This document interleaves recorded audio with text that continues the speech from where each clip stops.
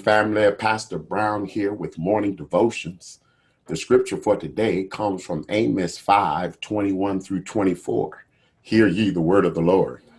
I despise your feast days, and I will not smell in your solemn assemblies. Though ye offer me burnt offerings and your meat offerings, I will not accept them. Neither will I regard the peace offerings of your fat beasts. Take thou away from me the noise of thy violence, but let judgment run down as waters and righteousness as a mighty stream. The Message Bible says it well. God says here, I can stand your religious meetings. I'm fed up with your conferences and conventions.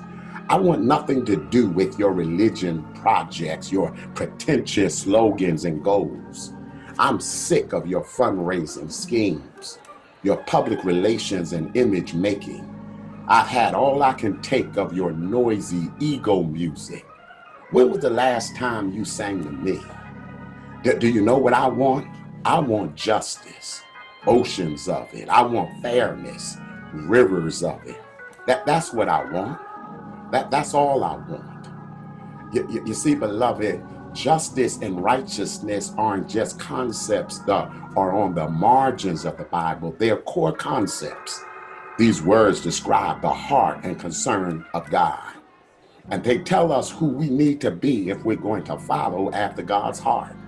Justice is not simply applying a retribution or action towards an individual that has done something wrong. That's part of it.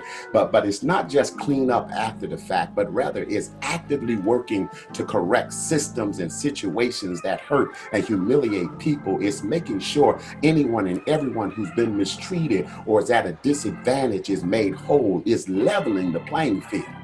That's what justice is, leveling the playing field.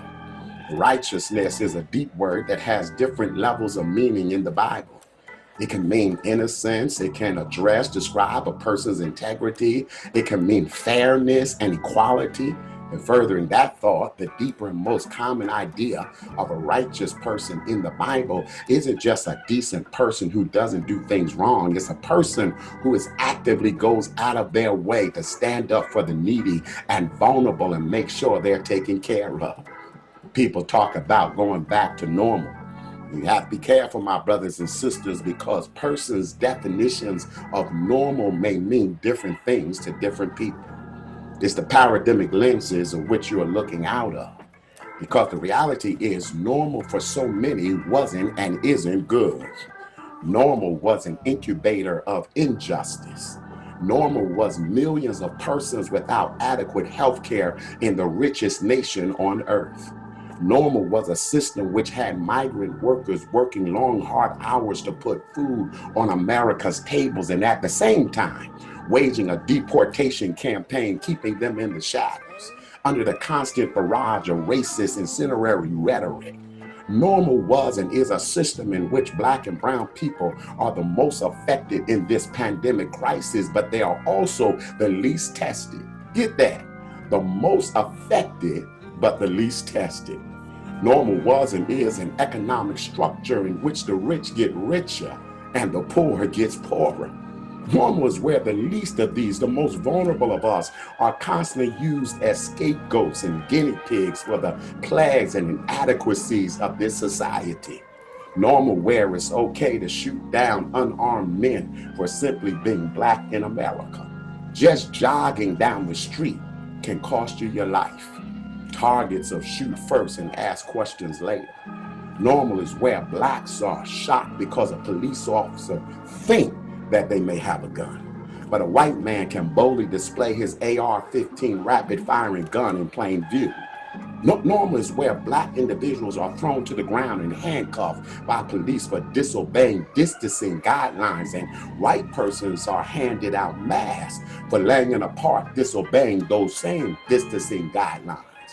Normal was not and is not good for many individuals. Make America Great Again is the rallying cry of persons who want the normal to remain. In fact, to go back in a time where supposedly America was even greater. But my question is, what era of great again are you talking about? Are you talking about the era of slavery? Are you talking about the Jim Crow era?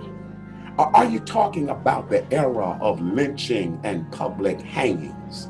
Or are you talking about the 50s or the 60s, where white is right, brown get down, and black get back?